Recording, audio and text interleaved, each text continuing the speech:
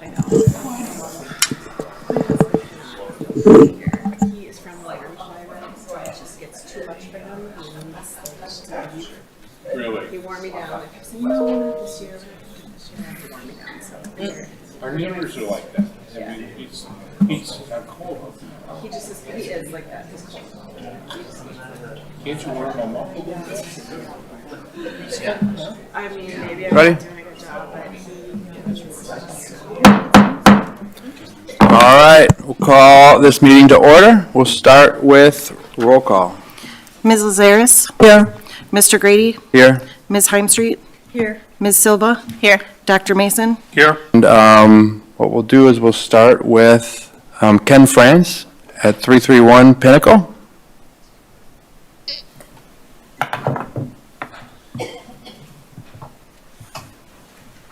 Good evening. Again, my name's Ken France, and my wife Julie and I live at 331 Pinnacle Drive. I'm here to talk about my relationship with golf and with the Lake Mills Golf Course. 9 years ago, I became a true golfer. For the past, a large number of residents who spoke in favor of keeping the golf course a part of the future land use map, but by the responses and comments made by all of you, the members of the Planning Commission. I really felt heard by you. I believe that you truly have our community's best interests in mind. I thank you for that. As I have mentioned in previous talks, the Lake Mills Golf Course Association is fully committed to help find a buyer who we can help to make the golf course thrive and reach its full potential. I invite all residents interested in preserving the golf course to join us at the public hearing to be held right here on Thursday, March 19th at 6 p.m.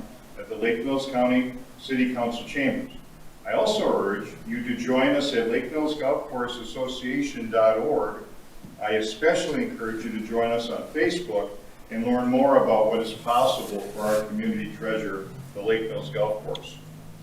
Let us not regret 20 years from now a decision we make on March 19th. Also, if you could, maybe this evening, please share what the format will be for the March 19th public hearing. Thank you for all that you do. All right, thank you, Ken. Next is Julie Nelson at 105 Pinnacle. Hi, my name is Julie Nelson, 105 Pinnacle Drive. If you recall, following the last meeting, Drake asked you to consider, if not a golf course, then what? I think the more important question is, why not a golf course? According to Golf Digest, Wisconsin's golf industry has experienced significant growth since 2020. In 2025, they ranked Wisconsin #1 in the nation for public access golf, making Wisconsin America's top golfcation destination. They went on to say that successful golf courses appeal to a broader spectrum of people, not just the traditional golfer. Successful golf clubs offer excellent inclusive dining options. They have a full social calendar. They run family events, new member events, and open days to bring the community. The current owners blame the community for not supporting them. I asked a Lake Mills resident why he chose a membership at Lake Ripley Golf Course in Cambridge versus ours. He stated, Lake Ripley offers a driving range and they are always making course improvements. They have a pro shop and clubhouse with patio that is always open before and after their rounds. The restaurant is open year-round and offers breakfast, lunch, and Friday fish fries.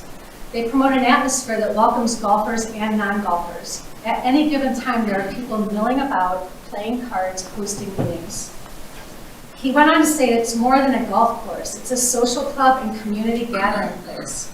This is what earns community support. The current owners say they've received no credible offers to operate and buy the golf course. We looked at comparable courses across Wisconsin, Michigan, and Minnesota, and they are listed at $1.9 million. They all boast profitable turnkey operations with year-round restaurants and event venues. Our owners told us all at the last meeting that they shut the restaurant down years ago, that they haven't turned a profit in years, that the irrigation system needs replacing, and that the pump house caught fire at the end of the last season. Yet they have it listed for 3. Oh.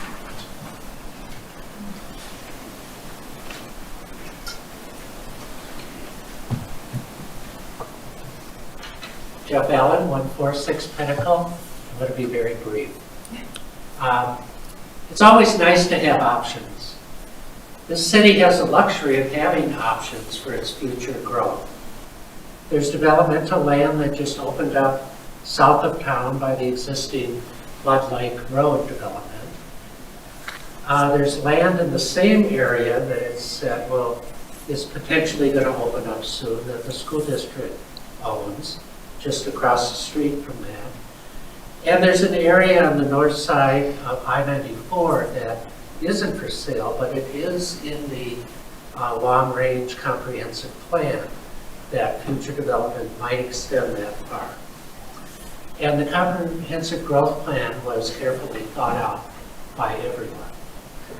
Developers want to build here because people want to live here, because it feels different here. Our wonderful, legendary city has the luxury of options for growth. Destroying recreational green space near the heart of the city should not be one of those options. Please help us save the golf course. Thank you. All right, thank you, Jeff. All right, we'll go close public comment. We'll move to number 5 on the agenda, which is a public hearing regarding the zoning amendment from Hovde Properties for the purpose of changing the zoning of parcels of land located at 204 East Lake Street and 105 South Madison Street from downtown business district, or B1, to downtown business district with planned development district overlay. We're going to start by first hearing from the Hovde representatives. So if y'all could come to the podium and share your presentation. We will then hear from the public.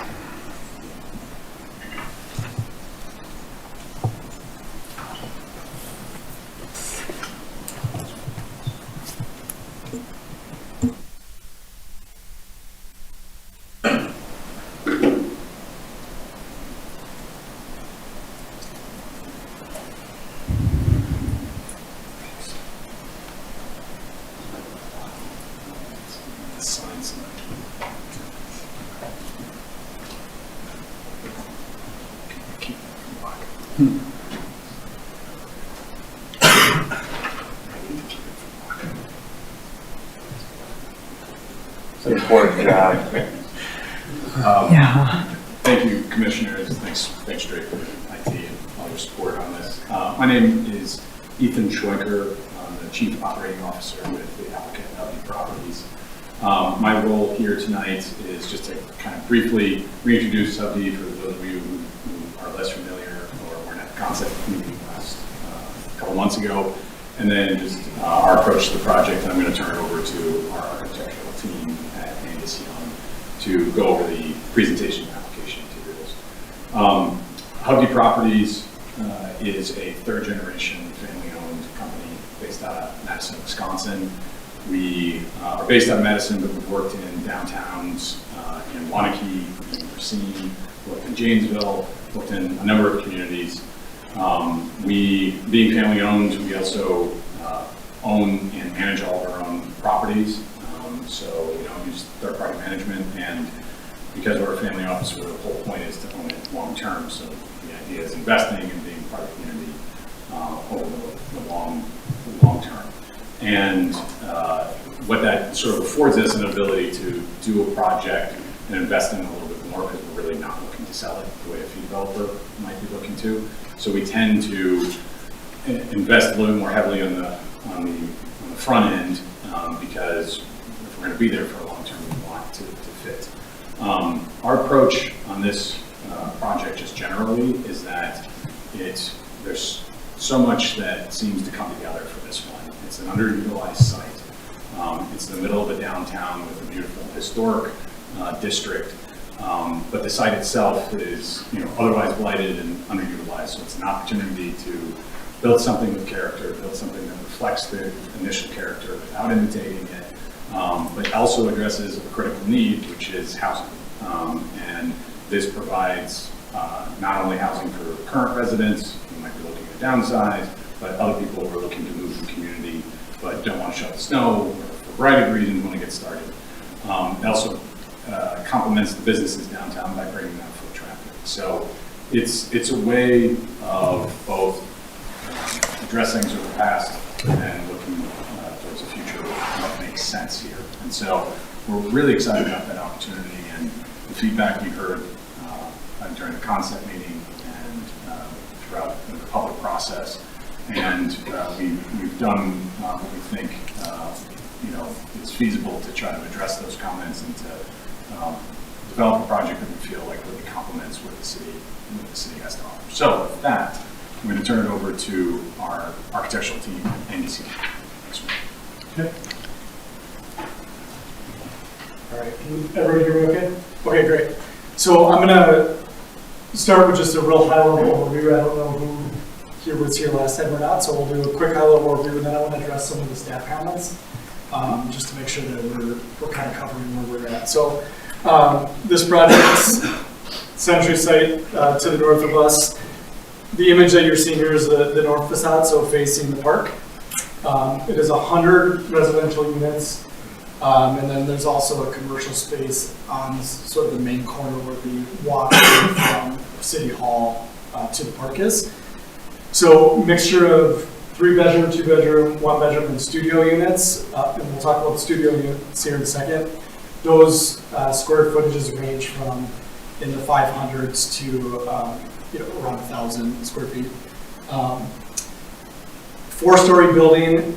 One of the main components that we try to do with the architecture is really, so in a downtown, and especially an older historic downtown like Lake Mills, where you see in a lot of older communities, rhythm of the facade is an incredibly important thing to do. So there's a balance, and I talked about this last time about not recreating the old, but recognizing what the old brought and creating some of those elements in more of a contemporary or modern fashion. So what you see on the facade is going to be a lot of repeated rhythms and punched openings in brick facades, some kind of traditional brick detailing mixed with awnings and storefronts and things like that you typically see in the downtown, but not necessarily trying to automatically recreate what was there, because that's something that's really, really difficult. And even if you look at a historic preservation standpoint, they don't want you to do that too. So it's, again, trying to respect the old, create something new, in the sense of housing, which is not downtown today. So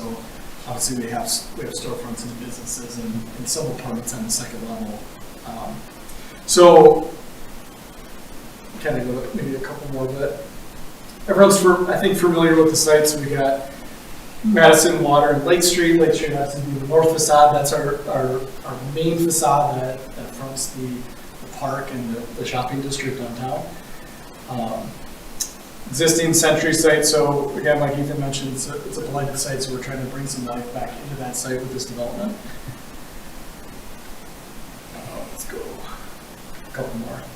So in the site plan, one of the main things, so our access to that site is from the south side of the site. So we have 2 points of entry. We have underground parking underneath the building, so there's sufficient parking for the development underneath, and supplement parking on the first level, essentially behind the building. So our goal was to front the street, at the park, and really create a continuous facade along that street, and then again along the side, and sort of hide the parking and utility of that building on the back side of the building. So you'll see on the left side of this plan, we have our multi-family lobby, we call it. So it's our entry, it's our fitness center, it's the leasing office, the pieces that make the building function. To the west, we have our commercial tenant space, which will be leased out to in the future when that comes together. And then as you move down to the right of the building, we have the facade sort of changes to a townhome style feel, where we've got walk-up units so people can access from sidewalk to their unit, and then as it turns around the corner, you have the same. So really sort of starting to break down the scale of the building as it moves to the east. So this image is looking to the southeast, looking at the north facade. So this is our commercial tenant space. So the corner has, again, a commercial tenant space will be leased out. Up above, we have 3 stories of apartments. Actually, let's leave this image out. I'd like to just touch base on one of the adjustments we made. So for those of you who were here last time, we were dealing with some issues of having enough room at the front facade in order to enter. And so we actually figured out a way to shorten the building slightly so we could create some more room, if you will, in the front. So we still have the elevated commercial space. That's because we're in the water table, so we do have to have the building up.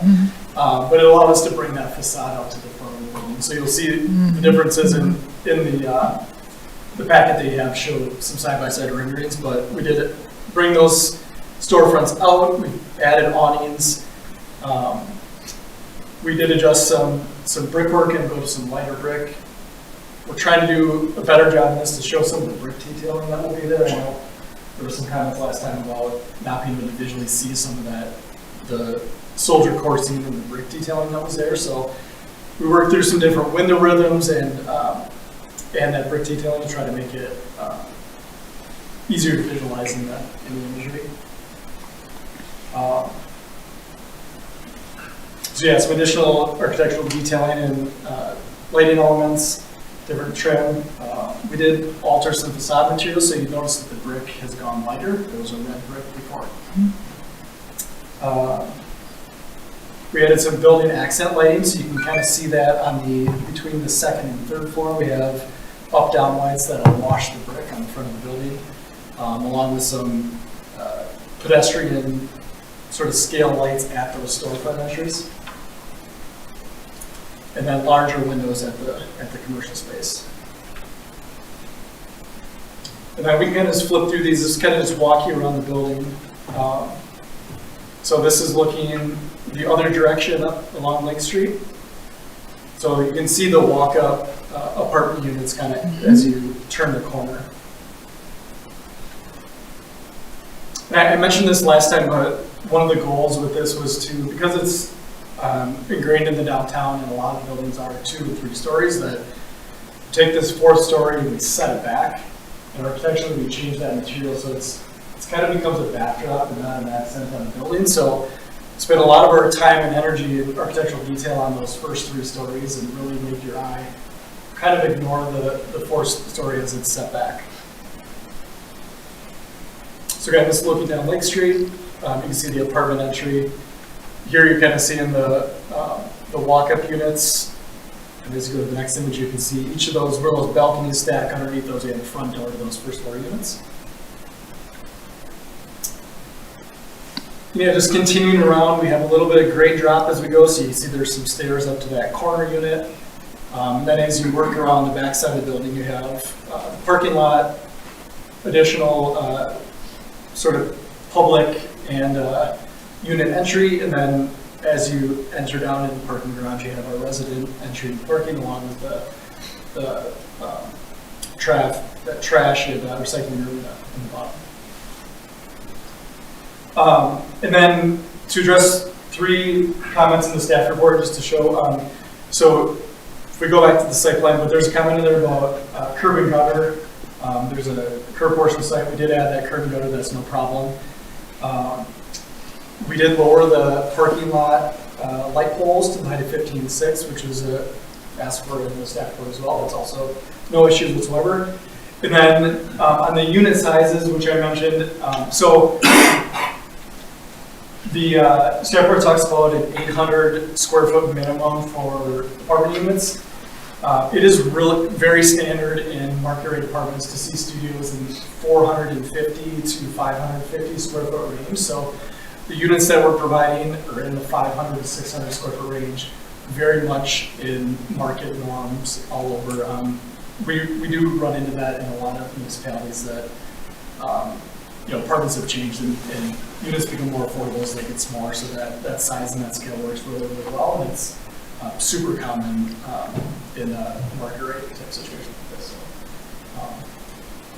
So with that, we do have to request an exception to that 800 square foot threshold in our application. So I would like to have a discussion on that tonight, we're here to answer any questions that, and certainly Hubby can speak to the market building, those units on that scale. And I think that's kind of everything I had. Brandon, who's our project architect, is also here tonight to answer any questions if there's anything that comes up. So yeah, we're more than happy to answer any questions that anyone might have. So appreciate it. Great, thank you. So what we'll do is we'll hear from the public on the matter, and then we might come back to you all in the next part of the agenda. Sound good? So now we'll hear from the public. If you're interested about talking about this particular issue regarding the zoning amendment proposal, please come to the podium, state your name and your address. Same rules, 3 minutes. Hi there. Thank you. Thank you for taking my comments. I'm Jacob Hart, 527 Oldbury Street. And I'm very happy to see that we're having some zoning change because I have a property right across the street there. Rental property, and been looking at the back of that store for quite a while. So thank you very much for taking my comment. I'm looking at I'm an architectural stone cutter. I'm making parts for old buildings, for historic buildings. Have for 40 years worked here and in France and in the UK. So I know a little bit about architectural texture and the rest of it. Mm-hmm. And I'm sorry, I think this looks more like a warehouse, and I think we need some more masonry in here and some texture in here, you guys. Because we've got an architectural stock here in Lake Mills that is very, very incredibly upscale compared to other communities and the rest of it. So, you know, a little bit more texture, a little bit less. It looks like Merritt on Regent Street. That was my first impression, and I'm sorry if that's you know, a little bit strong, but Merritt Hospital on Regent Street doesn't belong in our beautiful downtown, especially with our beautiful library and our architectural stock in town here. So it's going to, I think, be demerit to the city if we don't change some of the things on the elevation. And another thing is I have a problem with the density. What is it? 16 studio units with about 350 square or 550 square feet. And then there's 36 one bedroom with about 700 square feet. And, you know, another 36 two bedroom with 1,000 square feet. And then there's the rest is a 3 bedroom. I forget how many of that. It doesn't leave us too many with 3 bedroom. And also, I'm wondering if we can, you know, the density, we've got 100 units here. That's going to be about 140 cars. And, you know, we might be getting a little ahead of our headlights here with our infrastructure. I mean, we don't even have the water pressure to accommodate the apartment buildings over on the south of town here. So I'm wondering if we're getting a little bit ahead of ourselves on the infrastructure. But be that as it may, that can be taken care of with the physical plant people. But as far as the density, increasing the density. We're right around 3 minutes, so if you could wrap up your comment. I'll wrap it up, sorry. Increasing the density with the 100 units, maybe we could increase the size of those units to make it more, you know, amenable to the traffic situation downtown and the rest of it. So that's my 3 minutes. I mean, I own property next door. They pay property taxes on 5 houses in town here. So I have a stake in it. I'd like to see things, you know, work through in a more measured way. Thank you. Thank you. Appreciate you.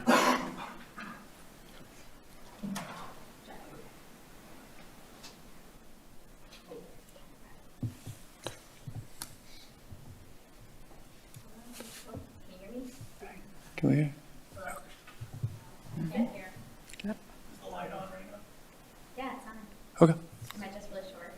I can hear her. Raina Severson, Executive Director of Legendary Lake Mills Chamber Main Street Organization. And I am here to speak for the organization in support of the Hovde's Properties proposal. We at Legendary Lake Mills are thrilled with the plans for the proposal of the Hovde development, as we understand the positive economic impact this will have on our downtown district. This development will increase walkable customers who are twice as likely to spend downtown than those who need to drive. And based on Wisconsin economic development data, the average spending is about $12,000 per additional residential unit. We believe that implementing housing at this location will lead to a more vibrant downtown, and we understand that a strong downtown is a strong community. Hopefully you were able to read our January edition of the Love Lake Mills newsletter. Within this mailing, we included testimonials in support of downtown housing and this proposal from a variety of business owners located within our downtown district. In summary, they all shared a similar sentiment that this development will positively impact the economy, potentially add workforce, and greatly increase their customer base. This development would be a huge success for Lake Mills in moving a long-time vacancy into vibrancy, and we see that all while positively impacting our downtown businesses. We're very supportive of this, and thank you for taking your time for that tonight. And we're going to continue to support this. Thank you. Okay, thank you. Is there anyone else in the audience that would like to speak on this matter today? Yeah, please come to the podium and state your name, address. Hello, my name is James Wydra. I live at 310 Mulberry Street, just down the block from the development. I have a few questions on what's going to go on, or if it's happened. First off, has there been an impact study for what's going to happen to our neighborhoods when this development comes in, considering traffic, parking, and the schools? Okay? They're all going to increase with 100 units, probably at least 150 people.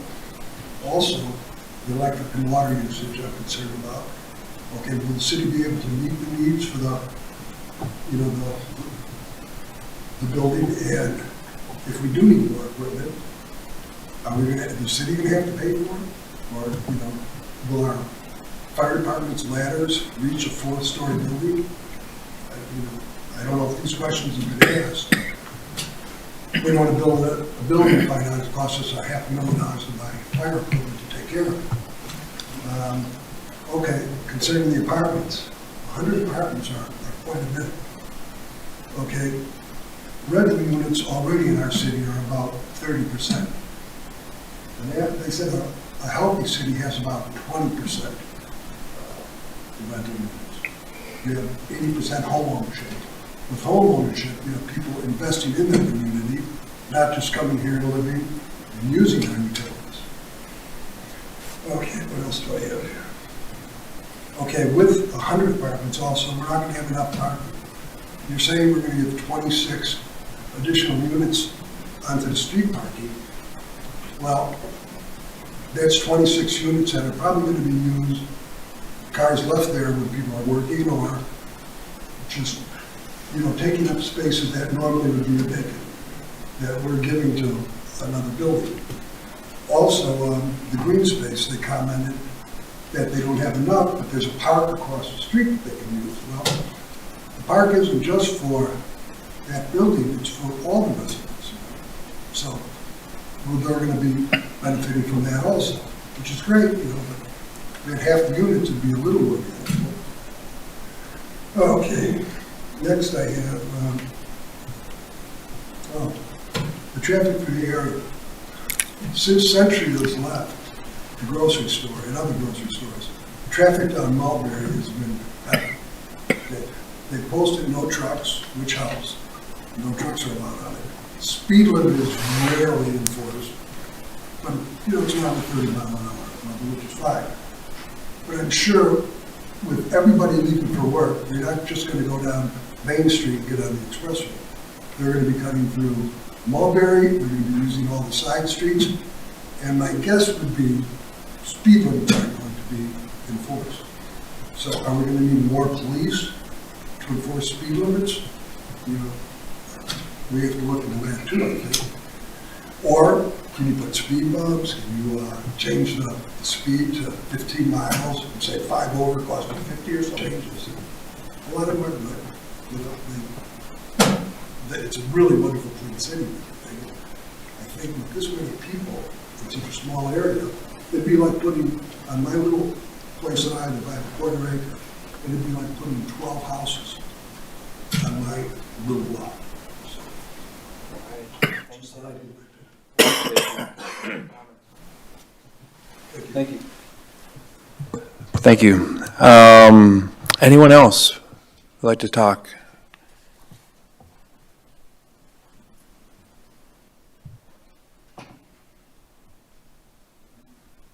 Anyone else to talk on this matter? Okay. Well, I will close the public hearing comments then at 7:34. Will proceed to the city council for 3 readings of the ordinance change.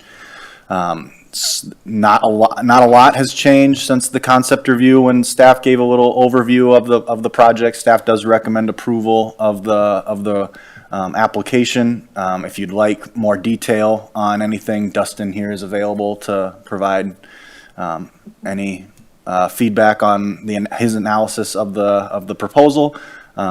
Other than that, we're available for questions, and the Plan Commission can have their deliberations. Okay. Any questions, comments to our applicants, to our city staff?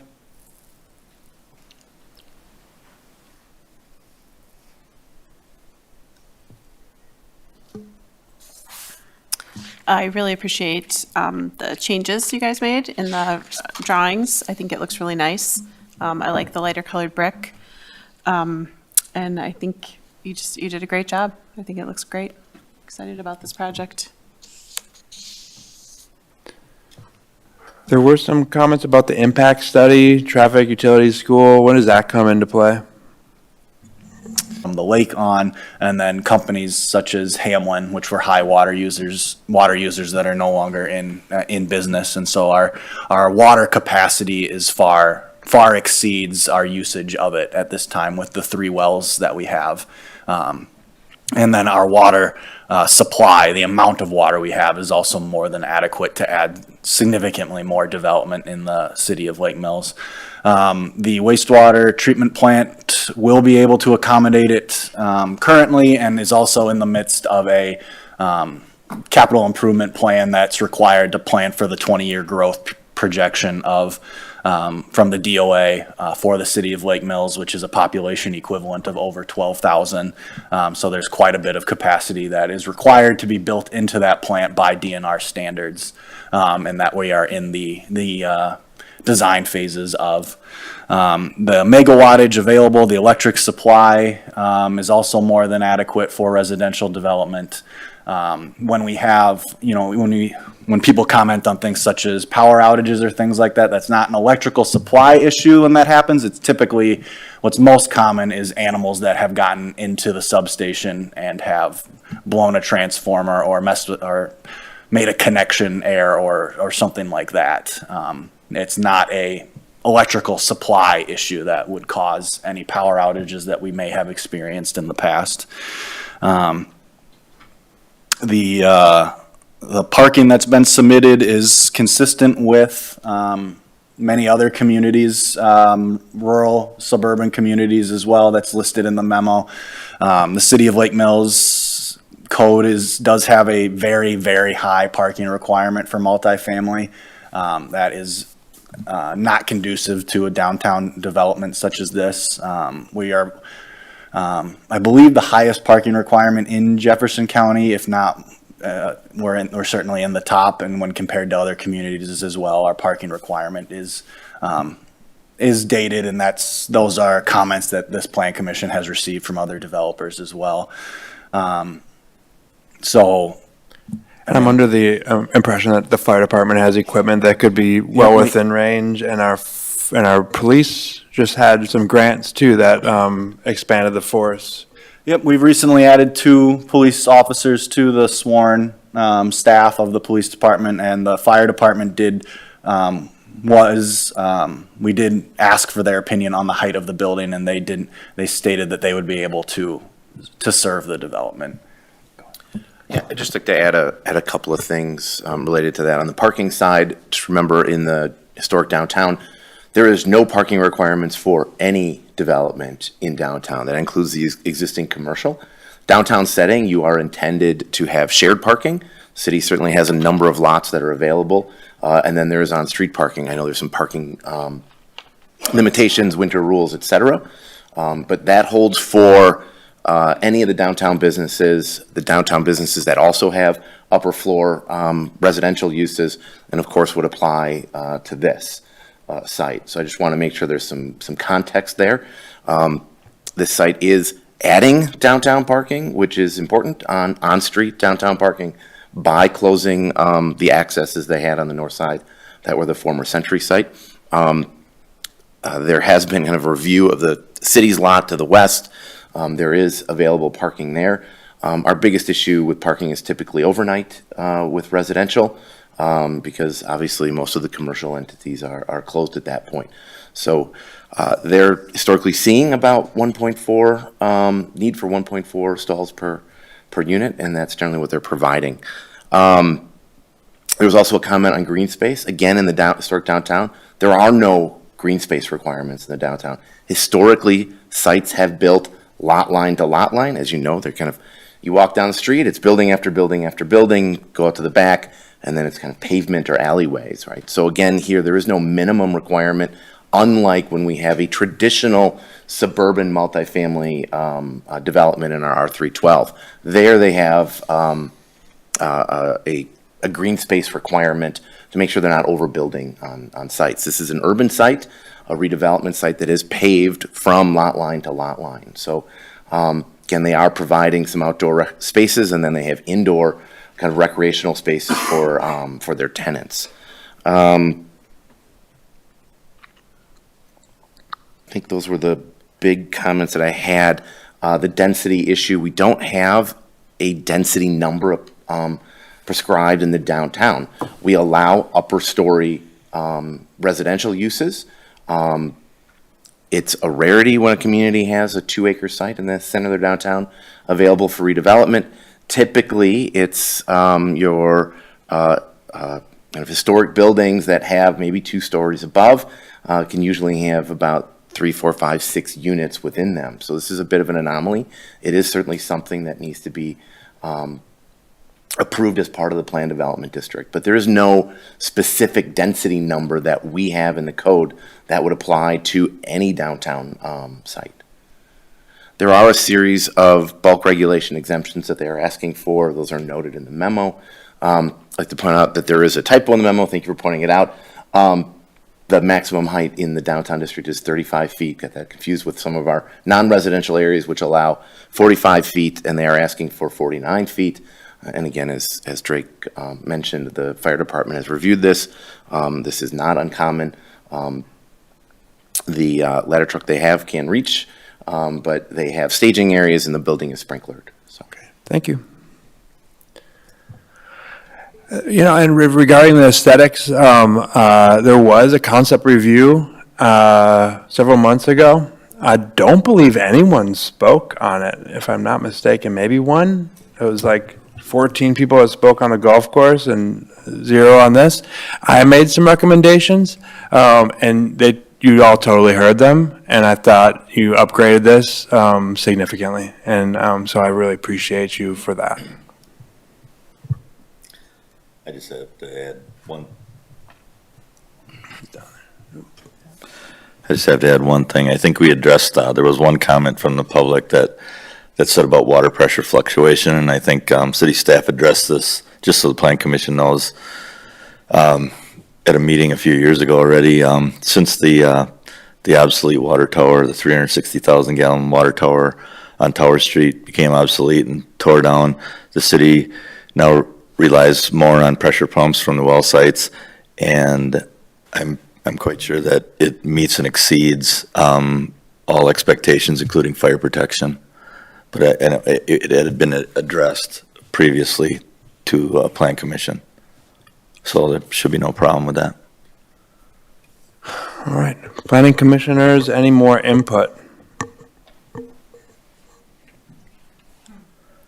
Go ahead. Go ahead. I gotta say, I'm kind of excited about this. It's been far too long that Century's been sitting there empty, and I think there's a good plan. It's well thought out, well designed, and the sooner we can get going on it, the better. Okay, I mean, if there's no more comment, I'm willing to hear a motion on 26-2-1. I move passage of motion 26-1. Second? It's been moved to approve the minute as written. Is that right, Ms. Lazaris? Yes. It's been moved to approve the amendment as written by Ms. Lazaris and seconded by Mr. Mason. Is there any further comment? Any other thoughts about this motion? No? I ask for a roll call vote then. Mr. Grady? Aye. Ms. Heimstreet? Aye. Ms. Silva? Aye. Dr. Mason? Aye. Mr. Holman? Aye. Ms. Lazaris? Aye. Motion passes 6-0. All right, thank you. Thanks for everyone for their comments. Next is recommendation for future agenda items. We have 2 meetings next month. Is that correct? We will at least have the special meeting on March 19th. We're still reviewing any applications for the regular meeting of March to determine what that will look like, but we did schedule the March 19th 6 o'clock meeting for the public hearing on the future land use amendment request on the lands currently being operated as the Lake Mills Golf Course. It will be the only item on the agenda to ensure that there's adequate time for public participation during that public hearing. A member of the public had requested what the structure of that looks like. It's very similar to what happened tonight. So there will still be the standard opening, the call to order, public comment on items that there are not a public hearing on. There will be then the public hearing will be opened by the chair. The applicant will be provided with an opportunity to present to the Plan Commission. Following that opportunity to present, the chair will invite the public up to speak. There will be 3 minutes provided to each person.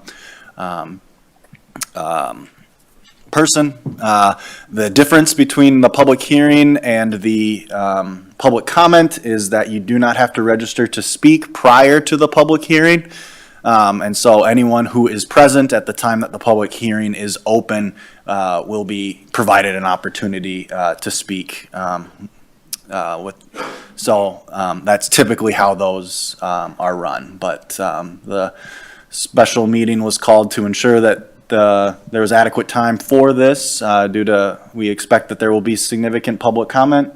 So obviously the public is invited to attend, share their thoughts, and then after the public hearing is closed, the Plan Commission will have an opportunity to vote on the future land use map amendment.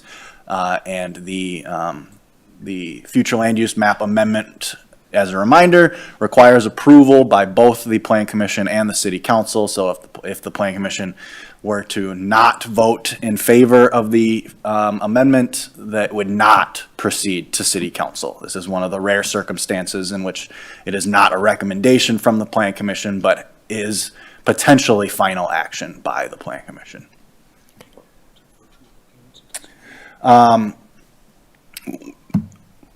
For those who do want to participate in the public hearing, please attend in person. We're not able to offer virtual participation at this time. The meeting is set up to be recorded, but we're not able to offer virtual participation. So if you'd like to guarantee that you can observe and participate in the public hearing, please attend in person at 6 o'clock on March 19th. Very thorough. Thank you. Finally, I'll take a motion. Just to follow up on that, do we still have a regular scheduled meeting? We'll let you know for sure. We're reviewing any applications we have to ensure Okay. they're complete before I can let you know on that one. Great. Anything else? Okay. Take a motion for adjournment. So move. A second. All in favor, say aye. Aye. Aye. Aye. All opposed, no? All right, this meeting's adjourned.